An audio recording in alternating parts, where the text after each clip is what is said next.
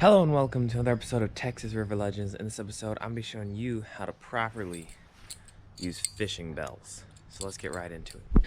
So, if you bait fish, chances are you've seen these or you've used these. These are the cheap little fishing bells you find at Walmart, Academy, pretty much any store, anywhere. They are the most basic of basic bite alarms you can get.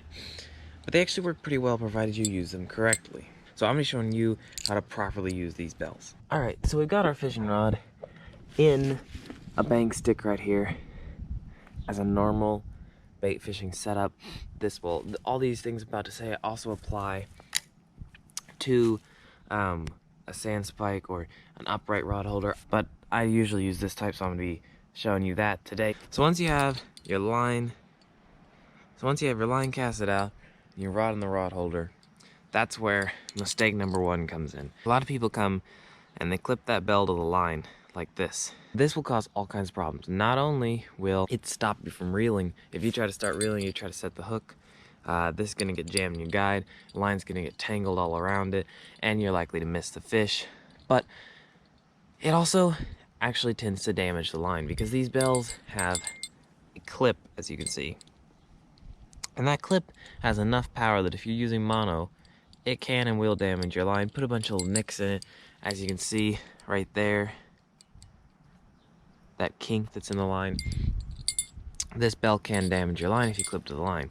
So that's the first mistake. You definitely do not want this bell clipped to your line. It'll cause all kinds of problems. It will transmit bites. It might transmit bites a little bit better than if it's on the rod, but the problems it will cause make that a big mistake. Mistake number two would be putting the bell on the clipping the bell onto the underside of the rod and just letting it slide. Now this is a little bit better than clipping it to the line, but it still causes problems. Number one, the bell slides up and down. It's gonna beat up your rod. Also, the line is still right up against the bell, and there's enough areas on this bell that it could possibly cut your line. But the biggest problem with this is as soon as you start trying to set the hook on a fish, or if you start pulling on a fish, this bell is likely to wrap up around. Suddenly your line's all caught up in the bell, and fish can't pull out drag. If it's a big fish, it's gonna break your line, and you can't reel. Fish is gonna get slack in the line, and chances are you're gonna lose the fish. So you definitely don't want the bell sliding up and down the rod. That was mistake number two. Now, the other thing is, once again, just clipping the rod. Clipping the bell to the underside of the rod. Now, this is a step in the right direction. It doesn't slide. It shouldn't get in the way.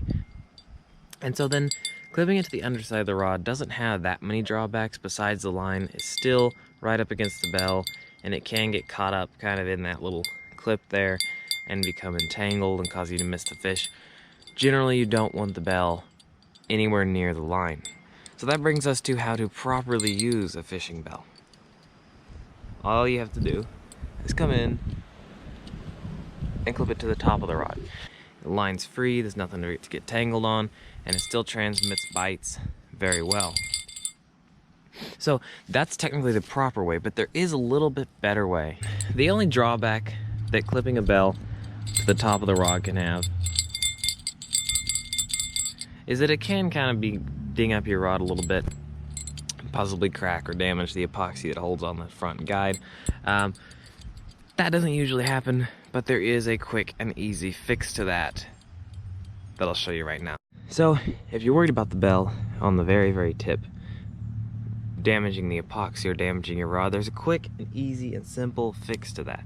All you need is a little piece of tape. I like to use a bright color just because, you know, it gives you a little bit of bite detection even if you're not using the bell. And all you gotta do is just wrap it on wherever you're gonna put the bell. There you go.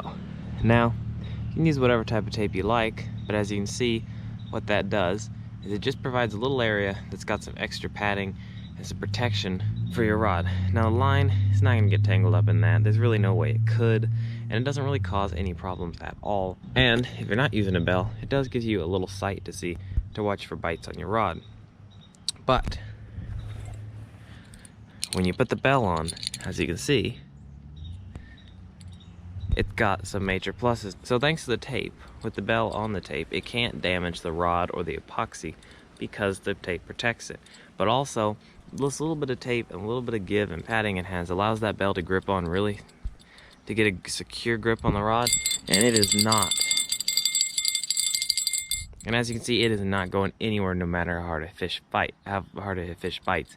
Now, because it's not going anywhere, if you want, you don't even have to take the bell off when a fish hits. You can just set the hook and reel it in, and the bell won't cause any problems. So that, whether you use the tape or not, is the proper position and way to put a bell on your fishing rod, and the proper way to use fishing bells. Now, there's a time and place to use them. You know, if you're fishing with circle hooks for big catfish or bigger carp or bigger things when you're bait fishing, a bell's really not necessary, because those fish aren't going to hit like this. When they hit, they're just going to double the rod over, and you're going to hear, and they're just going to take off and set the hook on themselves. So there's no need for a fishing bell with big fish like that. So there you go, guys. Thanks for watching. That was how to properly use fishing bells. I've been using them for a little while now. They really are a great cheap bite alarm. They have their drawbacks, but as long as you use them right, they can give you quite the advantage. So thank you for watching. Be sure to like and subscribe while you're here, and get out there and catch some more fish.